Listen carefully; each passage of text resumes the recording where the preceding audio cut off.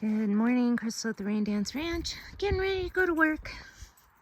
And instead of doing a few more things that I need to do before I go, I am making a video.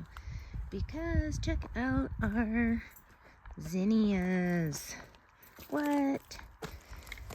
Look at those guys. I just could not be happier. We got one yellow one and a bunch of pinks and more coming.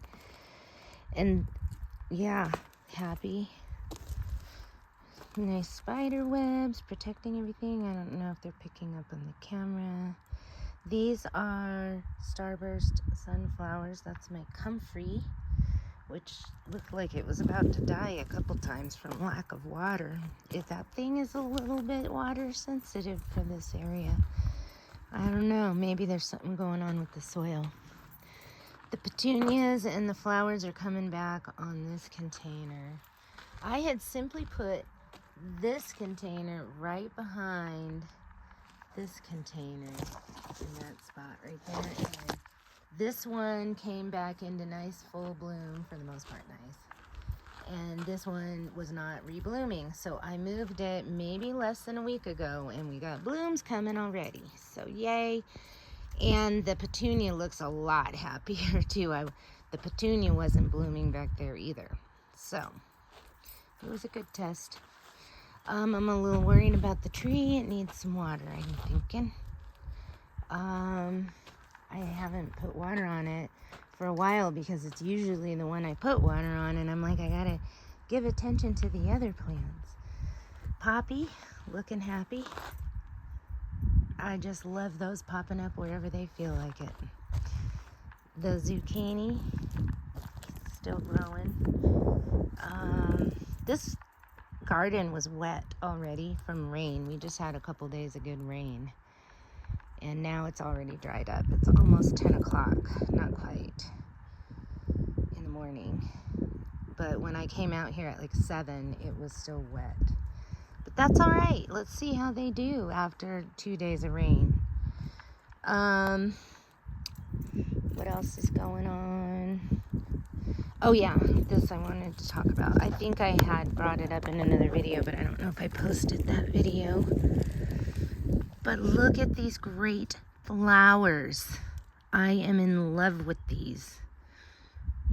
And it's just unfortunate that right before the rain and in the middle of me having to work 24/7, the cats did something and they knocked over the sunflower and this area. I got one that's still standing, but the flower is cattywampus because of the shady spot it's in. But that's okay. At least I know they can grow, and I can't believe how beautiful that looks. And I love the color. I just love it. And so hopefully I can multiply these. That's what I'm going to do. So this area right here, I'm working out my garden plan. And I'm going to take these out, these trellises. And I am going to turn this into allium and gladiolus planter. And I'm probably going to have another allium planter as well.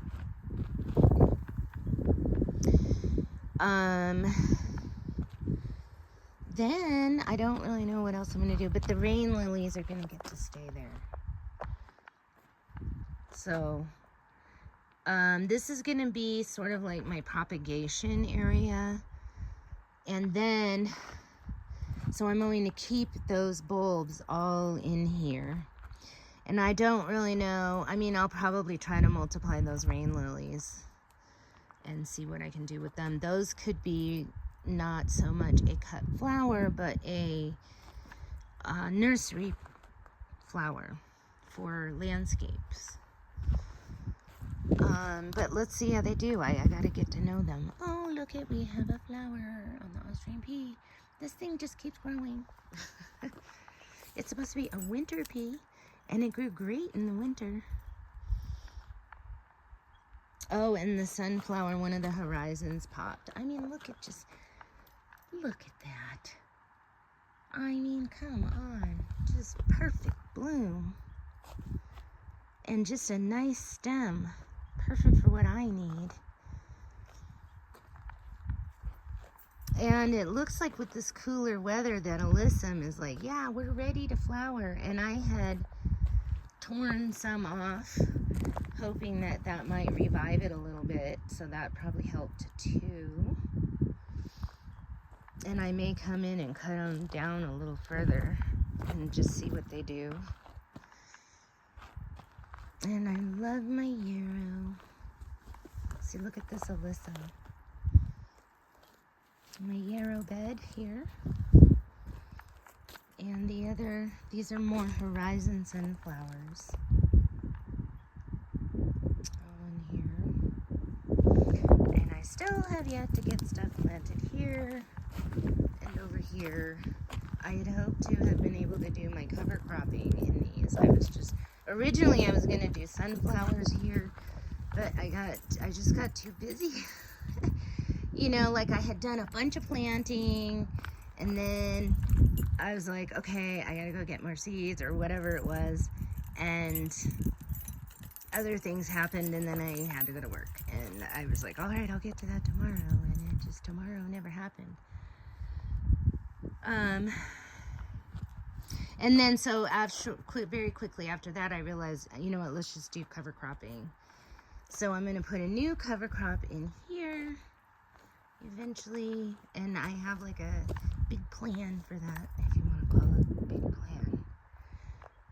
I'm gonna basically use what I got as a cover crop, and then I'm gonna need to get a cover crop going here, and I need to decide if I'm gonna try to develop this section, and I think I really want to, but if need be, this little section right here can kind of stay. I mean, it has usefulness in other ways, and same with this little area. I don't know, I think I need to develop one or the other. I don't know, we'll see what I do with this area. But I would love anything, I would love more than anything to make a beautiful flower arrangement with the zinnias and the gladiolus and some of my sunflower and my shingiku right now. But I gotta go to work. Although today I could squeeze that time in, so maybe my next video will be a bouquet of some sort, but probably not. I'll just enjoy the flowers that are just growing. And I want to come and get these sunflowers trimmed up. It's interesting just to see what they do, so I'll know how to take care of them in the future. Like, they might not look the best right now, but I mean, talk about potential. Oh wow, and look at this shingiku. The flower is completely yellow. Most of them are like yellow and then white. Maybe it just opened up, and by the end of the day, maybe it will be white tipped. I just love the shingiku. What the heck? Okay, so with all that said, this, like I said, this center garden area is sort of going to be like my propagation testing area. And the cool thing about it is I can change it up, you know? And I might have to kill some crops or something that I might not get back or whatever, but that's what this area is going to be dedicated for. So this is like the lab. There's another word for it in the business. Then over here, this is going to be a production area, and then I want to do production area all over here.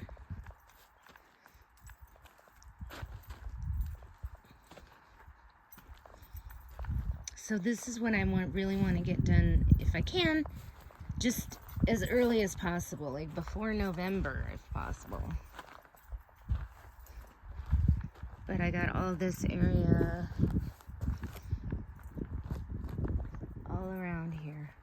This is going to be my first production area.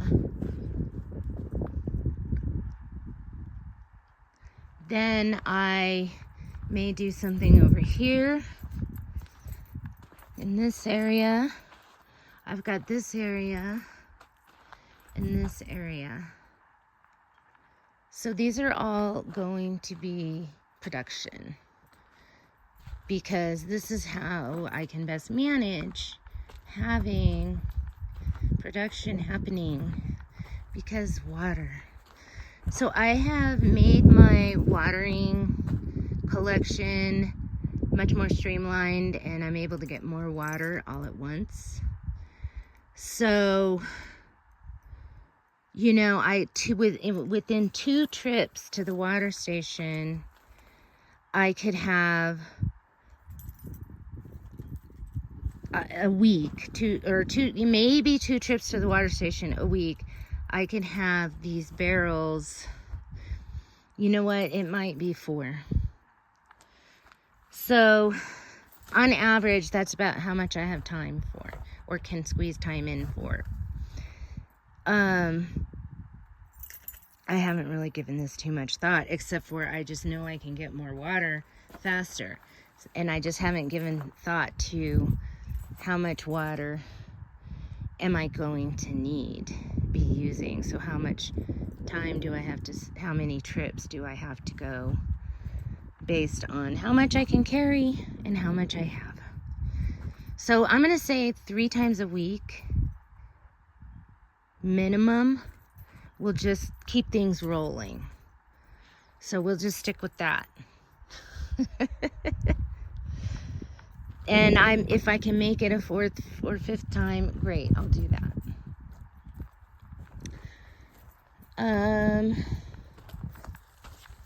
Well, thanks for watching. Crystal at the Rain Dance Ranch. When it rains, go out and dance.